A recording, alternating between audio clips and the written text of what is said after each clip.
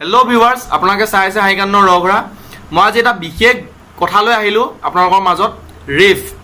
Please ৰাইজসকল ভিডিঅ'টো সম্পূৰ্ণ চাব, তেতিয়াই কিবা এটা বুজি পাব। ভিডিঅ'টো আধা আধা কাটি চালে মক্কেল লাগিব কিন্তু দেই, ভিডিঅ'টো যাতে সম্পূৰ্ণ চাই। মোৰ এটা ক্ষোভ আছে ৰেফক লৈ হা। মেইন কথাটো হ'ল আমাৰ অসমত বুলিয়ে নহয়, ভাৰতবৰ্ষত চাওক ৰেফ দিনক দিনে বাঢ়ি গৈছে। কাৰণটো মেইন কি? আমাৰ আইনখন চেঞ্জ কৰিব লাগে।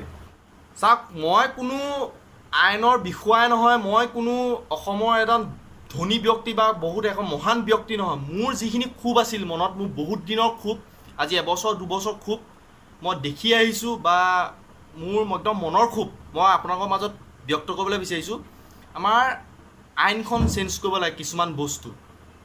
চাওক, আজি এখন ঘৰ ধ্বংস হৈ যায়, এজনী ছোৱালী যেতিয়া ৰেপ কৰে, তাই গোটেই জীৱন বা তেওঁলোকৰ ঘৰখন, তাই বুলি নহয়, তেওঁলোকৰ গোটেই ঘৰখন ধ্বংস হৈ যায়। কিন্তু তাৰ পাছতো দোষীয়ে শাস্তি নাপায়। বেলত জামিন লৈ তেওঁলোকে ঘূৰি ফুৰে। আৰু মেইন কথা, আমাৰ ৰেপ কৰিলে ফাঁচিটো যেতিয়া দিয়া হোৱা নাই, ফাঁচি যেতিয়া নহয়, সেইকাৰণে ৰেপিষ্টবিলাকে, নৰপিশাচবিলাকে আকৌ ৰেপ কৰিবলৈ চান্স পাইছে যে কি আৰু 20 বছৰ জেলত থাকিম, 12 বছৰ থাকি যেনে কাটি মেলি 12 বছৰ থাকিম, তাৰপাছত ওলাই গুচি আহিম। কি বিন্দাছ, কোনো 12 বছৰ জেলত থকাটো কি ডাঙৰ কি কথা? এতিয়া মেইন কথাটো হ'ল, চাওক, আজি অলপ দিনৰ আগত এটা ঘটনা হৈছিল, মই পাহৰি গৈছোঁ ক'ত হৈছিল।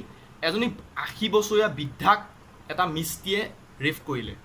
সেই 80 বছৰীয়া বৃদ্ধাজনে ভালকৈ চকুও নেদেখে, চকুৰেও ভালকৈ তেওঁ নেদেখে। সেই মানুহজনীক এই মিস্ত্ৰীটোৱে ৰেপ কৰিবলৈ কি এনে বুঢ়ী মানুহগৰাকী, বৃদ্ধা মানুহগৰাকী কি আছে কি? আপোনালোকে ভাবক, কথাটো এবাৰ ভাবক যে চাওক, সেই মানুহগৰাকীয়ে যেতিয়া নিউজত কৈছে যে মোক এনেকুৱা ব্যৱহাৰ কৰিছে, সি ফচিলে হা। কিন্তু এতিয়ালৈকে সি শাস্তি পোৱা নাই, বা কথাটো সেই নিউজত সেইদিনাখনেই ওলালে যে তাৰ পাছত তাৰ কথাটো নোলালে যে সি কি এতিয়া তাৰ আগত শাস্তি দিয়া হৈছে, বা এতিয়ালৈকে চাগে কেছ পেণ্ডিঙতে আছে, এতিয়া চাগে ফাইলে কোৰ্টত পৰিয়ে আছে।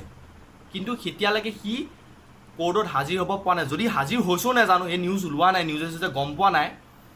কিন্তু মেইন কথা হ'ল, সিটো দোষী শাস্তি হ'ল, যে চবেই জানে, চিউজেও ওলাইছে যে সি শাস্তি, সি আৰু বুঢ়ী মানুহজনীয়ে, বৃদ্ধা মানুহজনীয়ে ডাইৰেক্ট নিউজত কৈছে যে মোক তেনেকুৱা ব্যৱহাৰ কৰিছে, মোক ডাইৰেক্ট ৰেপ কৰিবলৈ আহিছে।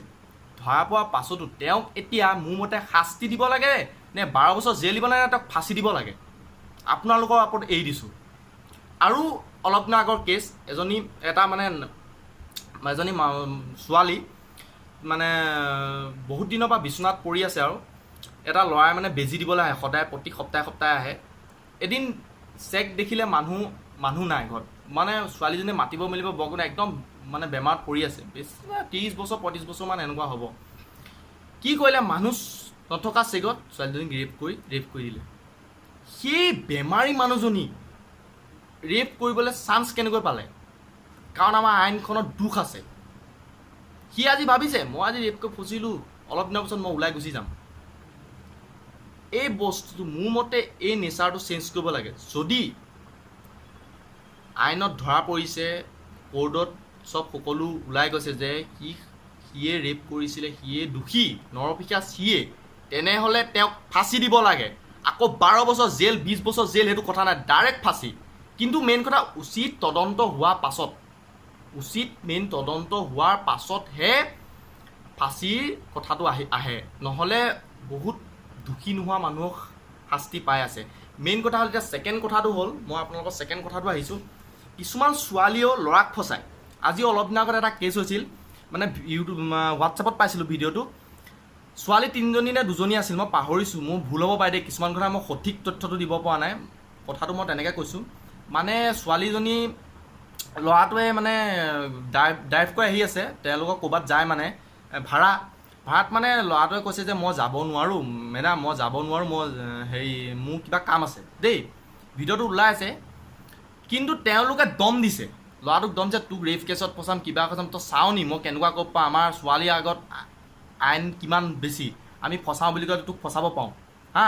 সি যদি আজি ভিডিঅ'টো কৰি নথলেহেঁতেন, সিটো আজি ফচি গ'লহেঁতেন ন, সি আজি ৰেপত ফচাই দিলেহেঁতেন তাক।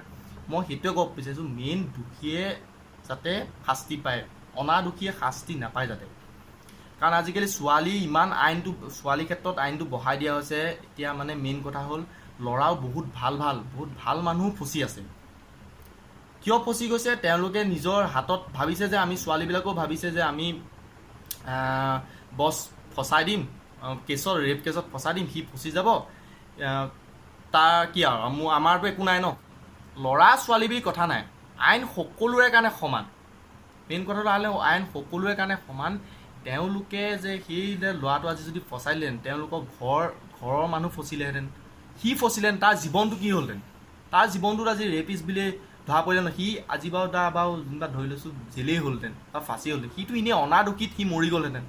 সেই অনাদোষিত তাৰ গোটেই জীৱন ধ্বংস, আৰু সিটো ক'তো চাকৰি নাপায়, কিবা নাপায়, ক'ৰবালৈ ওলাই গ'লোঁ এইটো ৰেপ কৰিছিলে, কিবা কৰিছিলে, তেনেকৈ এটা জীৱনটো তাৰ ঘৰৰ মানুহৰ মাক দেউতাক কি হ'লহেঁতেন? এটা জীৱন ধ্বংস হৈ গ'লহেঁতেন ন। সেইকাৰণে মোৰ কথাটো হ'ল চিধা কথা, মোৰ তাত কোনো খেলি মেলি নাই।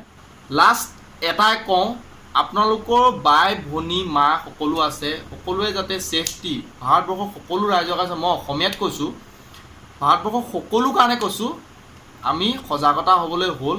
মানে আইনখনৰ কথা কৈছোঁ, আইনখন চেঞ্জ কৰিবলৈ হ'ল।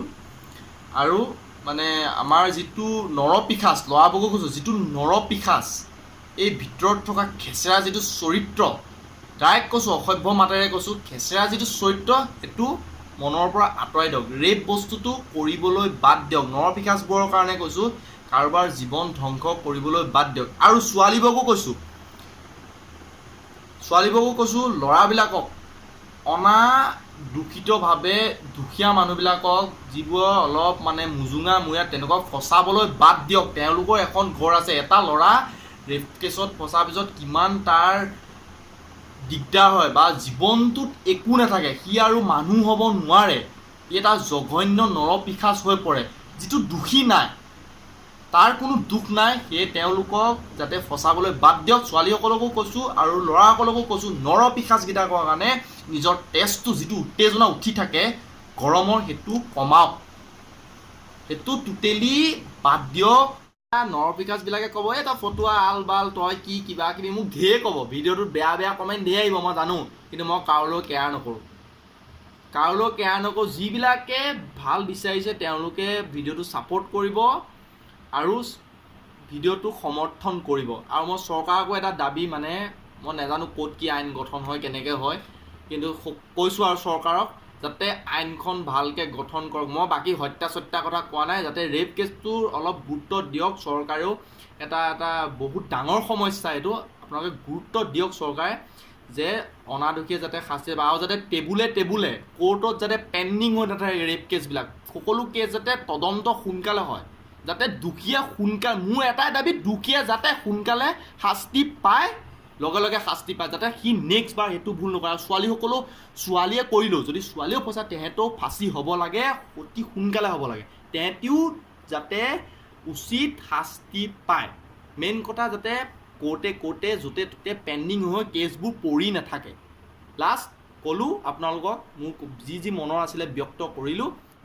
যদি এই আইনখন হোৱাটো বিচাৰে, তেন্তে ভিডিঅ'টো যিমান পাৰে শ্বেয়াৰ কৰক, যিমান আছে শ্বেয়াৰ কৰক। মই নকওঁ চেনেল গ্ৰ' কৰিবৰ কাৰণে মই এইটো ভিডিঅ' দিয়া নাই, চেনেলটো মোৰ উঠি যাব কিবা, আমাৰ চেনেলটো লক্ষ্য বেলেগ, আৰু মই নতুনকৈ ইয়াত লক্ষ্য বেলেগ ভৰাই দিছোঁ। লক্ষ্য বুলি ইয়াত কথা নহয়, মই নতুনকৈ এটা মোৰ যিটো মনৰ ক্ষোভ আছিল, সেইটো আপোনালোকৰ মাজত প্ৰকাশ কৰিলোঁ। যদি ভিডিঅ'টো আপোনালোকক কিবা এটা বিচাৰে যে এনেকুৱা হ'ব লাগে, তেন্তে লাইক কৰিব আৰু কমেণ্টত জনাব গোটেই কথাখিনি। কমেণ্টত সকলো কথা জনালে ভাল লাগে। আৰু যদি ভিডিঅ'টো আপোনালোকে বিচাৰে যে আইনখন সক্ষম হওক, তেন্তে যিমান পাৰে যালৈ হওক সকলোৱে চাকিব, তেওঁলোকক কওক যে ভিডিঅ'টো যিমান পাৰে শ্বেয়াৰ কৰক, যাতে যদি আজি এই ভিডিঅ'টো ভাইৰেল হৈ যায়, তেন্তে আইনখন চেঞ্জ হ'বও পাৰে। তাকে ক'লোঁ। নমস্কাৰ, জয় আই অসম।